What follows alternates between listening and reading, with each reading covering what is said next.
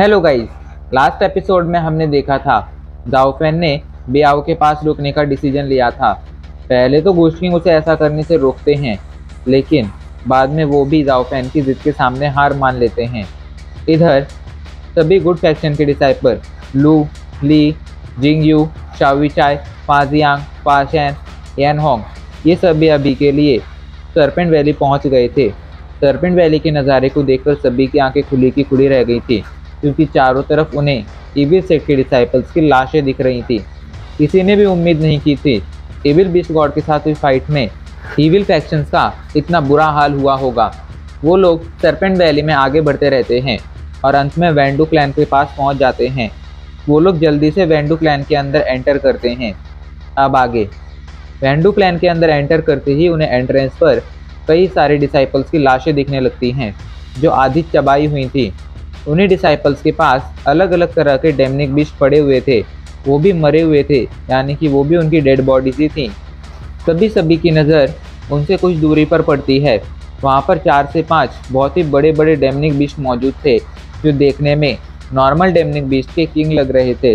उनकी पावर काफ़ी ज़्यादा थी, लेकिन अभी के लिए वो भी मारे जा चुके थे। ऐसे में उनसे इन लोगों को कोई खतरा नहीं था। ये लोग वेंडू क्लैन के अंदर आगे बढ़ने लगते हैं, लेकिन तभी अचानक से उन्हें कुछ फील होता है। शाओविचाई जल्दी से पीछे मुड़कर देखता है और जोर से कहता है, आखिर कौन है यहाँ पर। तभी वहाँ पर येनहोंग आ जाती है, जो अभी कुछ देर पहले वहाँ से वैली के एंट्रेंस पर चली गई थी। येनहोंग को देखकर शाओविचाई कहता है, आखिर तुम यहाँ पर क्या कर रही हो? हमने तो तुम्हें वैली के एंट्रेंस पर जाने के लिए कहा था ना, यहाँ आना तुम्हारे लिए सेफ नहीं है, फिर भी तुम यहाँ पर क्यों आई हो? इस पर येनहोंग जल्दी से कहती है, मैं वैली के एंट्रेंस पर जा रही थी, लेकिन जैसे ही मैंने हमारे ग्रुप को छोड़ा, मतलब तुम लोगों से दूर गई, वैसे ही मुझ पर डेमनिक एनर्जी का असर और ज़्यादा बढ़ने लगा और मुझे और ज़्यादा उल्टियाँ होने लगीं। शायद ये डेमनिक एनर्जी एक सिंगल पर्सन पर बहुत ज़्यादा बुरी तरह से हमला करती है। मुझे लगता है जब तक हम लोग साथ हैं, तब तक हमारी पावरफुल डिवाइन एनर्जी की वजह से ये एनर्जी हम पर ज़्यादा असर नहीं करती है, पर जैसे ही हम लोग एक दूसरे से दूर जाते हैं, तब हमारी एनर्जी वीक हो जाती है और इसी का फ़ायदा ये ईविल एनर्जी उठाती है। ये बात सुनकर शाओविचाई भी अपना सिर हिलाता है, क्योंकि उसे भी काफ़ी देर से ऐसा ही फील हो रहा था। येनहोंग कहती है, मेरे हिसाब से अभी के लिए मुझे तुम लोगों के साथ ही रुकना चाहिए। अगर मैं लौटकर एंट्रेंस पर जाऊँगी तो शायद मैं ज़िंदा नहीं बच पाऊँगी। इस पर शाओविचाई और बाकी सभी भी सिर हिलाते हैं, जिसके बाद येनहोंग भी उनके साथ वेंडू क्लैन के अंदर आगे बढ़ने लगती है। आगे बढ़ते बढ़ते वो लोग वेंडू क्लैन के पूर्वज हॉल के पास आ जाते हैं। यहाँ का नज़ारा देखकर वो लोग काफ़ी ज़्यादा चौंक गए थे। इस जगह पर बहुत से लोगों की लाशें पड़ी थी और ये लाशें बाहर की जगहों के मुकाबले काफ़ी ज़्यादा थीं। शायद इसी जगह पर इविल बीस्ट गॉड और इविल फैक्शंस के बीच में सबसे खतरनाक फाइट हुई थी। अभी के लिए उन सभी को काफ़ी सारे जाने पहचाने चेहरे दिख रहे थे, जिसमें गॉड ऑफ पॉइजन के तीनों डिसाइपल्स, हेववान सेक्ट के एल्डर्स और हेववान सेक्ट की लीडर, वेंडू क्लैन के लीडर और गोश्किंग सेक्ट के काफ़ी सारे डिसाइपल्स अभी के लिए वहीं पर मरे पड़े थे। उनकी लाशें देखकर अभी के लिए इनकी रूह कांप उठी थी, क्योंकि ये जो भी लोग थे वो नॉर्मल नहीं थे। ये लोग पूरे कॉन्टिनेंट में जाने जाते थे अपनी पावर की वजह से, लेकिन अभी के लिए मृत्यु को प्यारे हो गए थे। ऐसे में अभी के लिए समझा जा सकता था कि इविल बीस्ट गॉड कितना ज़्यादा खतरनाक है। सभी लोग आसपास और अच्छी तरह से तलाशी लेते हैं। काफ़ी देर तक तलाशी लेने के बाद सभी लोग एक जगह पर इकट्ठा हो जाते हैं। ली कहता है, मैंने काफ़ी अच्छे से ऑब्जर्व किया है और मुझे इन लाशों में वेंडू क्लैन के गॉड ऑफ पॉइजन के तीनों डिसाइपल्स की लाशें मिली हैं। साथ ही साथ मुझे कुछ वेंडू क्लैन के एल्डर्स भी दिखे हैं। शाओविचाई कहता है, हाँ, मुझे भी अभी के लिए वेंडू क्लैन के कुछ एल्डर दिखे हैं। तभी जिंगयू कहता है, मैंने जब ऑब्जर्वेशन की तो मुझे यहाँ पर हेववान सेक्ट के काफ़ी सारे एल्डर्स दिखे। लू कहती है, मैंने जब ऑब्जर्वेशन की तो मुझे यहाँ पर हेववान सेक्ट की लीडर की लाश मिली। लगता है वो भी इस फाइट में मारी गई है। तभी फाशेन कहता है, हमें इतने सारे लोगों की लाशें मिली हैं, लेकिन अजीब बात यह है कि हमें गोश्किंग सेक्ट के ज़्यादा लोगों की लाशें नहीं मिली हैं, और जिनकी भी मिली हैं वो सिर्फ गोश्किंग सेक्ट के नॉर्मल डिसाइपल हैं। पता नहीं ऐसा क्यों हुआ है। आखिर जब हेववान सेक्ट और वेंडू क्लैन के सभी पावरफुल लोग भी मारे गए हैं और हमें उनकी लाशें भी मिली हैं, तो आखिर हमें घोस्टिंग सेक्ट के लोगों की लाशें क्यों नहीं मिली हैं? सभी के मन में अभी के लिए यही सवाल था। सभी एक दूसरे की तरफ देख रहे थे। तभी लू कहती है, कहीं ऐसा तो नहीं कि घोस्टिंग सेक्ट के बहुत से लोग अपनी जान बचाकर भाग गए हैं? अभी के लिए उसके चेहरे पर अजीब सी राहत दिख रही थी। असल में वो यहाँ पर इसलिए आई थी क्योंकि वो जानना चाहती थी कि कहीं इस फाइट में जाओ फैन को तो कुछ नहीं हुआ है। लेकिन अभी के लिए उसे जाओ फैन की लाश नहीं मिली थी, इस वजह से वो काफ़ी ज़्यादा शांत थी। लेकिन लू के चेहरे के एक्सप्रेशन देखकर ली को गुस्सा आने लगता है और वो अपना दिमाग लगाते हुए आगे आके कहता है, भले ही हमें अभी के लिए घोस्टिंग सेक्ट के लोगों की लाशें नहीं मिली हैं, पर रास्ते में हमने देखा था कि किस तरह ये डेमनिक बीस्ट लोगों को चबा जाते हैं। ऐसे में ऐसा भी हो सकता है कि घोस्टिंग सेक्ट के डिसाइपल्स को मारकर डेमनिक बीस्ट उन्हें खा गए हों और हमें इसी वजह से उनकी लाशें नहीं मिली हैं। उसकी बात सुनकर चाओ विचाई, जिंगयू, फाजियांग, फाशेन, यानहोंग ये सभी अपना सिर हिलाने लगते हैं क्योंकि सभी को उसकी बात सही लग रही थी। उसकी बात सुनकर अभी के लिए लू के चेहरे के एक्सप्रेशन बदल गए थे। उसके चेहरे पर परेशानी दिख रही थी। अचानक से उसके चेहरे पर थोड़ी देर पहले जो खुशी आई थी वो पूरी तरह से गायब हो गई थी। उसके चेहरे पर अजीब सी उदासी दिखने लगी थी। लू बहुत ज़ोर से रोना चाहती थी क्योंकि उसे लग रहा था अभी के लिए जाओ फैन मारा जा चुका है। लेकिन तभी उसे याद आता है कि अभी के लिए वो एक गुड फैक्शन की डिसाइपल है। ऐसे में वो चाहकर भी जाओ फैन के लिए नहीं रो सकती है और वो खुद को कंट्रोल कर लेती है। पर चाओ विचाई, जिंगयू, फाजियांग, फाशेन ये लोग जो उसे अच्छी तरह से जानते थे वो अभी के लिए उसके चेहरे के एक्सप्रेशन देखकर ही समझ गए थे कि वो कितनी ज़्यादा परेशान है और उस पर क्या गुजर रही है। वो समझ रहे थे कि लू को जाओ फैन की काफ़ी ज़्यादा चिंता हो रही है, पर ये सब जानते हुए भी चाहकर भी वो लोग लू को दिलासा नहीं दे सकते थे। वो लोग फिर से लाशों की तलाशी लेना शुरू कर देते हैं।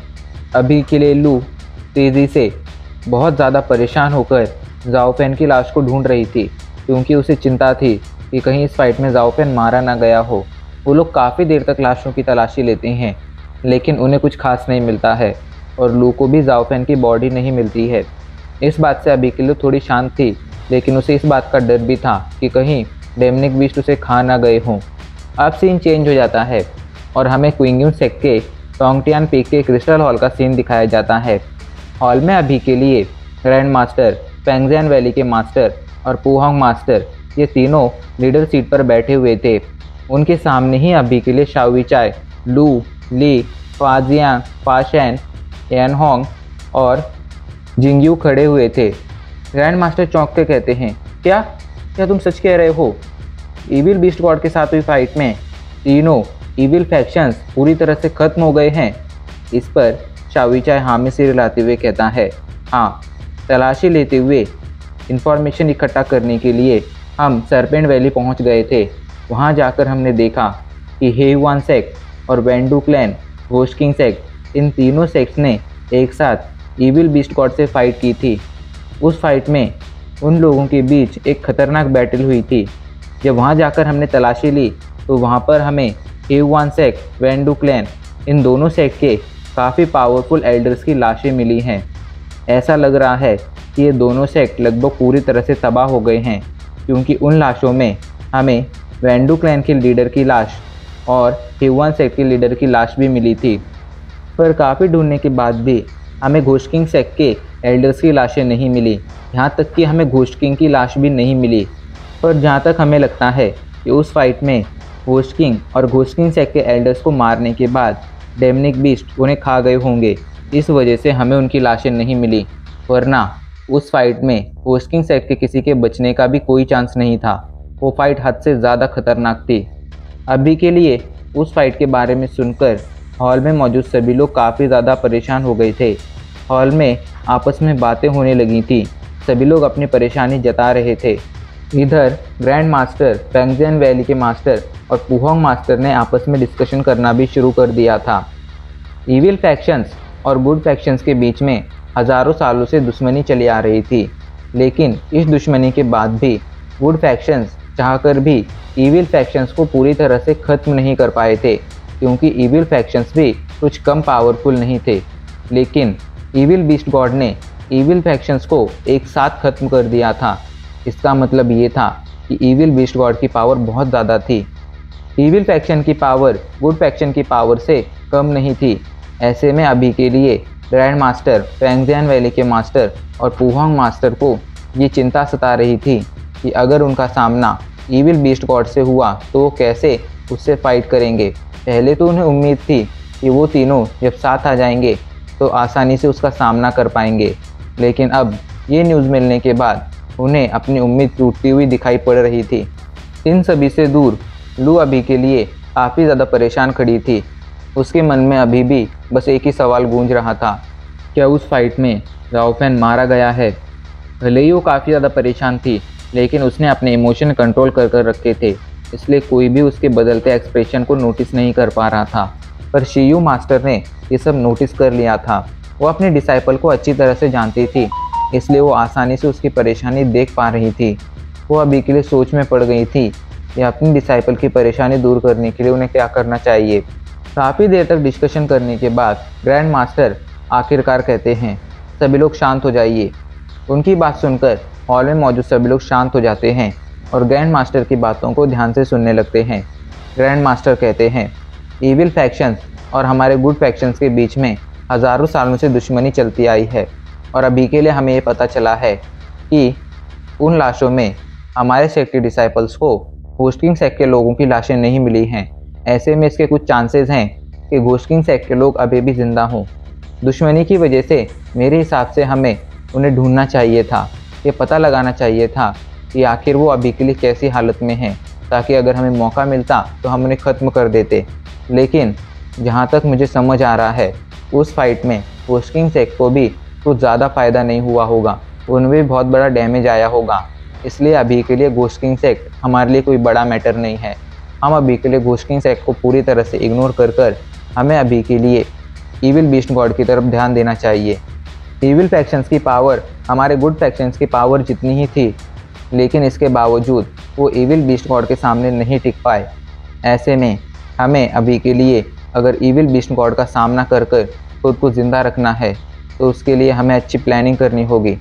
इसी चीज़ के बारे में डिस्कशन करने के लिए मैं, फैंगजियान वैली के मास्टर और पुहोंग मास्टर अभी के लिए इनर हॉल में जा रहे हैं।